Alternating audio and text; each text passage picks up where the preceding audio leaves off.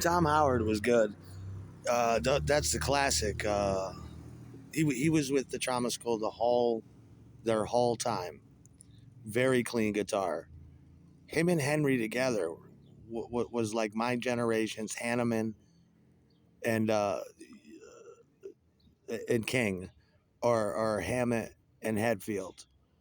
Do you know how hard it is to have two guitar players with different amps in one small space and make it sound make it sound like twin guitar stereo?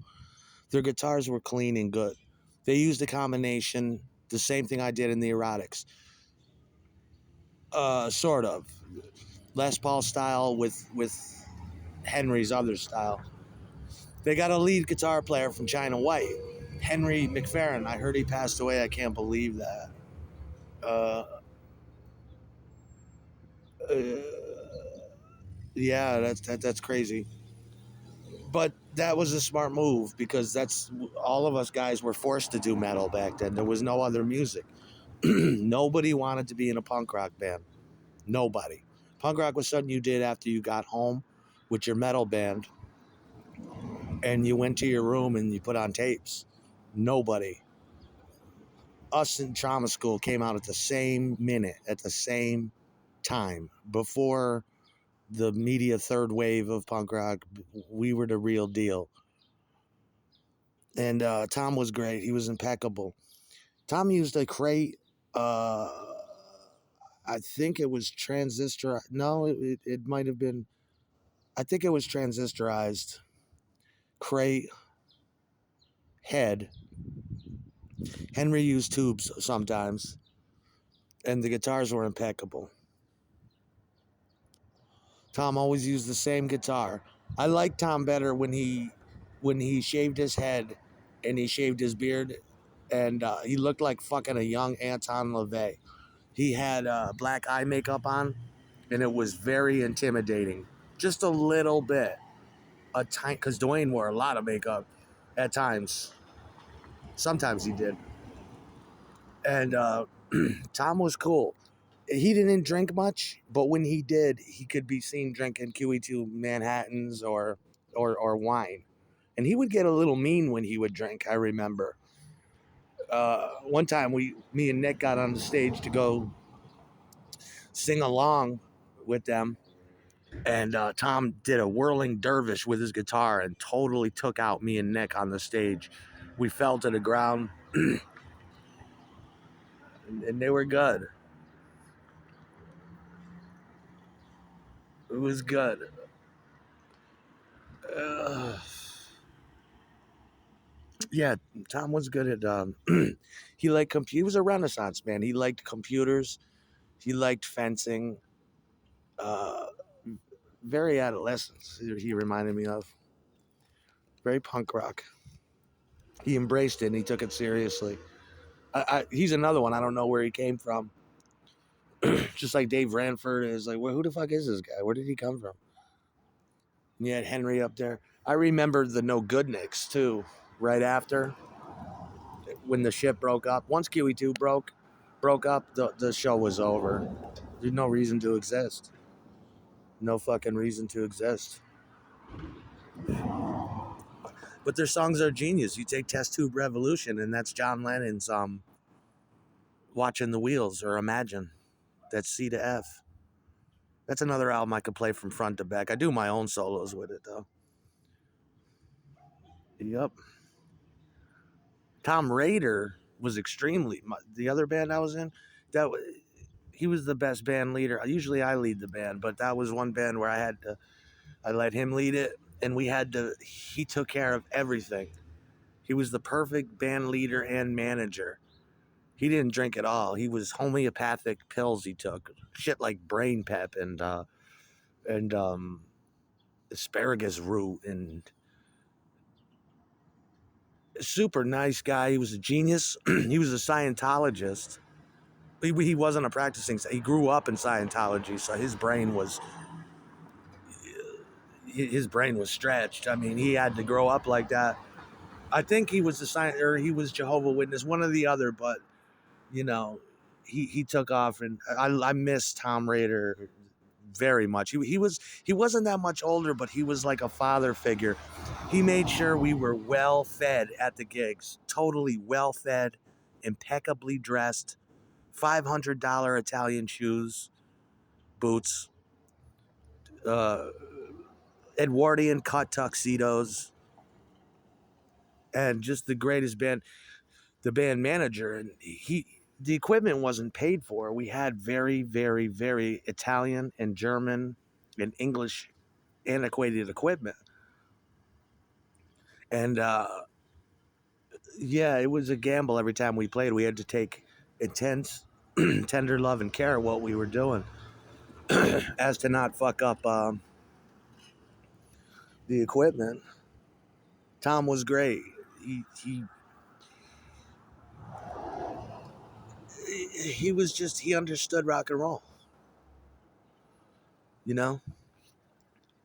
He understood it. It's like you'd be shy and you'd be like, no, just come on up to the mic with me. Don't worry about your breath. Don't worry about sweating. Don't worry about, just get up. And I'm like, yeah, you're right. I mean, I know all this. You're just a new guy. You know, and he would tell you that. He'd tell you afterward how much he appreciated you. And, you know, I was on a lot of drugs and I just wanted to get out of that situation. One of the weirdest fucking things that ever happened, though, someone out there tried to pull a fast one year. My mother got remarried, and I told them in advance I couldn't play a show. I couldn't play a show because they were booked on that day. Someone booked them at my mother's wedding, and they were playing upstairs.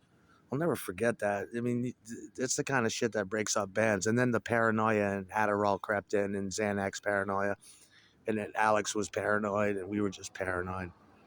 Gotta find Tom Raider after this shit's over. That's one of the things I'm gonna do. Go find Tom Raider, sit down with the guitar, and tell him how much he meant to me. He had me doing stuff that was really out of my league. Like, he believed in me, and I could do it, but I just didn't enjoy it. It was super hard, and I was doing something that to me, I shouldn't have been doing, but it was fun. If I could get high enough or drunk enough, and I was fucking flying at those shows. I shouldn't have been around children. I mean, not that I was going to bother them or anything, but it's just that I was so amphetamine riddled on pills, and I would just shake apart and play like a fucking riot. But you know, and so I would always be in the background hiding from everyone because there's news people. The mayor wants to come meet you. You got, this is the shit we did. He was able to get us into halls, casinos, amusement parks, roller skating rinks. We would cut our teeth in practice by throwing free benefit parties for the police, free party, ice cream and pizza parties for youth. And we'd fill up a whole hall. And then when we got our shit together, we'd start taking over casinos and amusement parks. It was fun, but it was an extreme amount of hard work, and the money was outrageous. I remember back then, collectively, we could pull between $750 and $1,000 per gig, 4 sets of music at 45 minutes a piece. So I'd go home with $300 cold fucking cash just for standing there playing a bass and singing. Those were the days. Now I'm sitting here in Margaritaville waiting for camera games to get over with. Yeah, that puckered meal about it. And a deerhead too. I mean, I don't know what you tell me. You deerhead, this one. Both sisters. Pregnant. You understand that?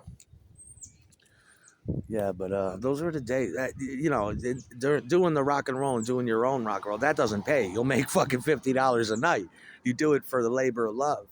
But at the same time, I was doing that because my drummer said to me, yo, dude, you got to do this. The money's so fucking right. We got a lot of equipment. But it broke up my band because it became non-priority. Money became the root of all evil.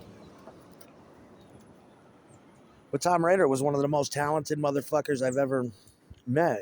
Band leader, father figure, took care of us. took care of us. I didn't eat at that point. Otherwise, I ate at the shows. You'd go there, and there'd be a professional spread, a catered table of cold cuts. You know, salami, cheeses, bologna. You could have wine. You could have soda. There'd be green rooms you can relax in with leather couches. You could watch TV. You know, people treated you like a god because these were highbrow, expensive, posh parties. And it was just so hard for me. It was like putting Steve Jones in a cotillion, you know, or playing for your bar mitzvah. And I had to be on my best manners. I wouldn't talk. I was mute because I knew I couldn't control my language. It would just spill out. It is extremely self-deprecating, but I mean, the experience and the money was just paramount. It was good. It was fun. I had a lot of fun. I always thought me and Tom should have gotten into our own band. He was such a Brit pop guy, you know. He was like a agit pop guy or whatever they called that shit.